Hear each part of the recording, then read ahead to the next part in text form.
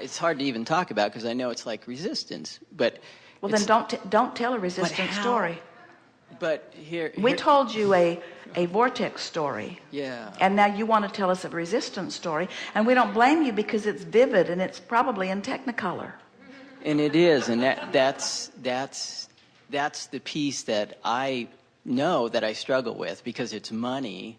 I'm tens of thousands of dollars in debt, and I've been almost unemployed for a year. And it's like, so the money thing for me feels often painful. And yet I am aware of the vortex piece, but it feels like, and like what you were saying earlier, when I get specific about it, it kicks me out. And it would seem irresponsible. It would seem irresponsible to not address the debt and the money, and yet you cannot be responsible to the vortex and responsible to your reality at the same time. You got to pick one.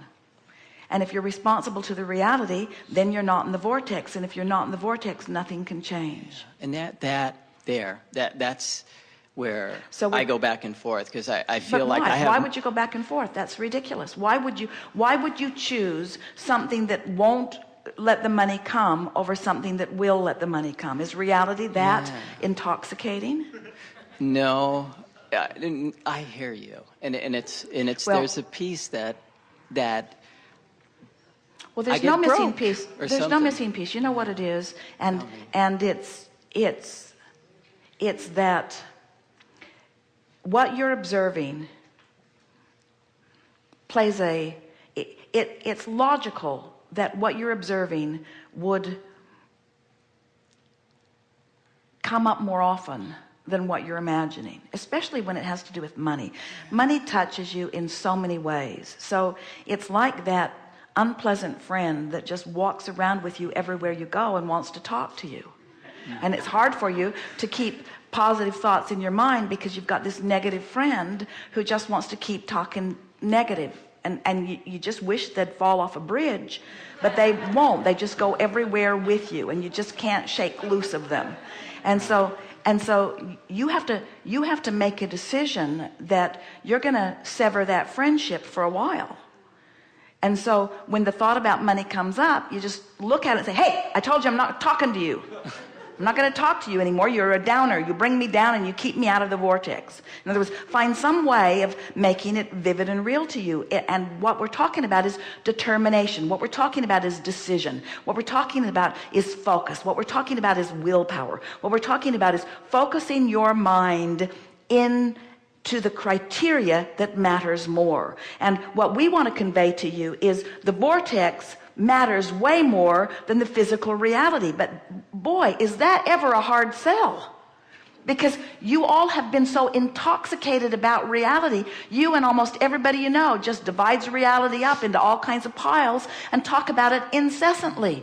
Do you know you even have historical piles and historical monuments where you keep stirring up stuff that you don't want to repeat in your life experience? So we're like you. We get it. We understand. And law of attraction helps you keep thinking those thoughts. The thought you think brings another thought. In other words, so this is the easy way, the blunt way of saying it to you. You are right now a cooperative component to out of the vortex thoughts. And that's why they keep coming. There's no missing piece. It's just that's what's more active. We've been saying for a while, when you pick up any subject, money, health, relationship, the house I live in, the car I drive, the body I walk around in, when you pick up any subject, it has an end of what you don't want and an end of what you do want.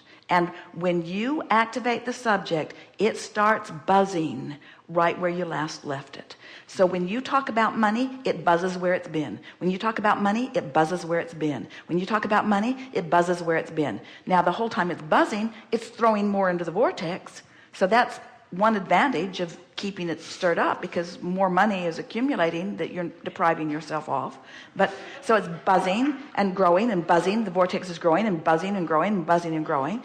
But finally you have to decide that you're going to go stake a claim on what you've put into your vortex. So you have to find a way of breaking the vibrational habit of thought. And that's why we've been talking all day here today. Stay off the subject of money. Stay off of it, because if you try to use money as the subject that you get into the vortex, you're not going to get in there and nothing's going to change. So focus upon the abundance that comes to you in other ways other than money. Right. Look at the vitality of your physical being. You are more abundant in that than almost anybody you know.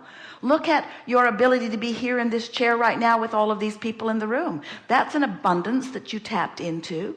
You have the abundance of a very clear mind. You have abundance of very powerful wanting. You have the abundance of source energy. You live on an abundant planet where the sun comes every morning. That's worth all the money that everybody's got right there. In other words, that's abundance.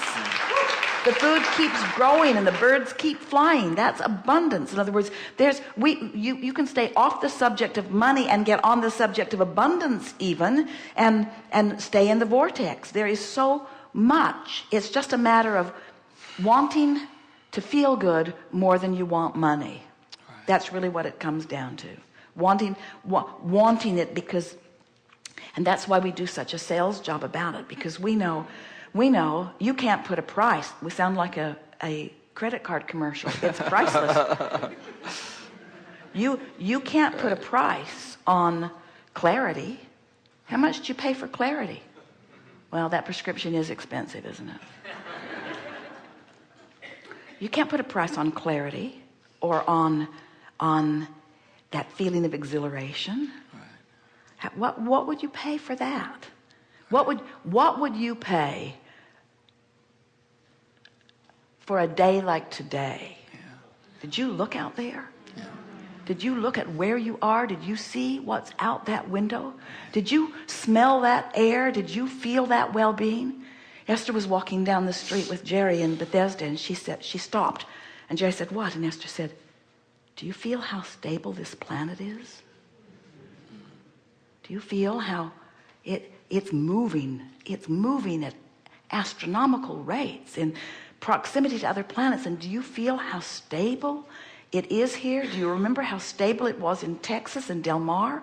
Do you remember what it was like when we were in Stanford and Tahiti? Do you remember what it was like when we were on the ship in the Mediterranean Sea and when we were in the Alaskan waters? Stability, stability, stability, stability. Everywhere we go, stability, stability, well-being. There's well-being everywhere. Just look for it and talk about it and bask in it and milk it and activate it in your vibration.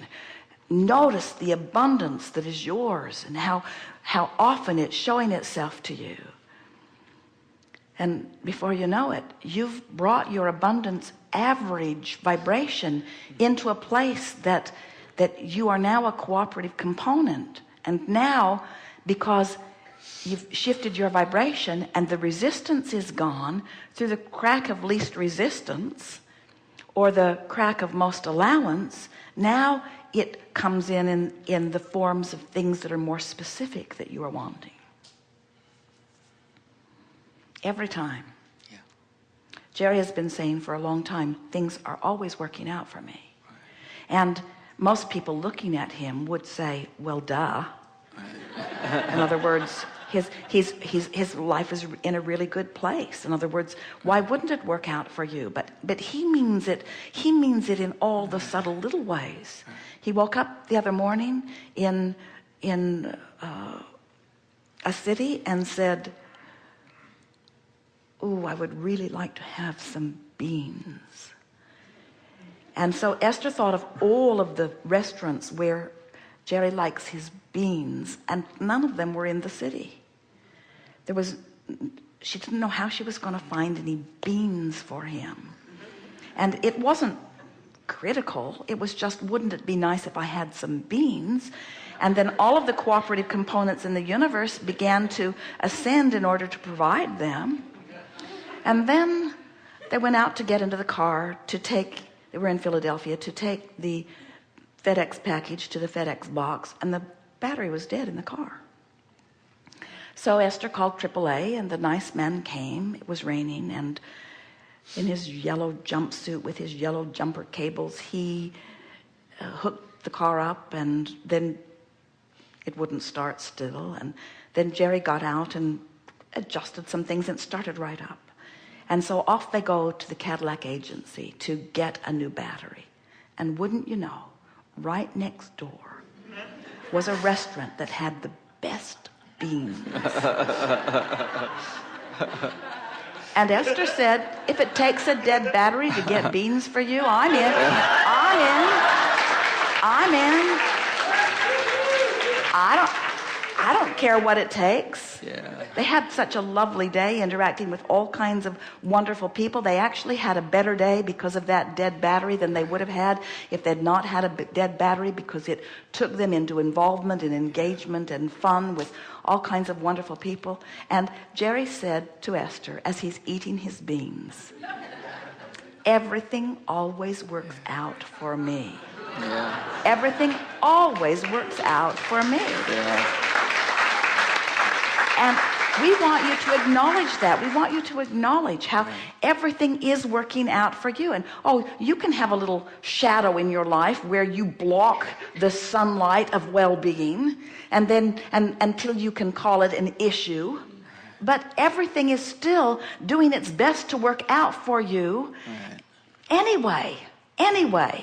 Things are always working out for you anyway. In other words, the Cadillac agency didn't have to choose the agency that was right next door to the best beans in the city. They didn't have to contact the man at the Cadillac agency who was so receptive to their call, who told them to come right over. They didn't have to go to the Cadillac agency where the man said, jump in, I'll take you to the restaurant. In other words, the cooperation was just astonishing. You see, the universe is always orchestrating on your behalf. We just want to sort of zap you with an awareness, and of course we cannot do that. Well, maybe we did.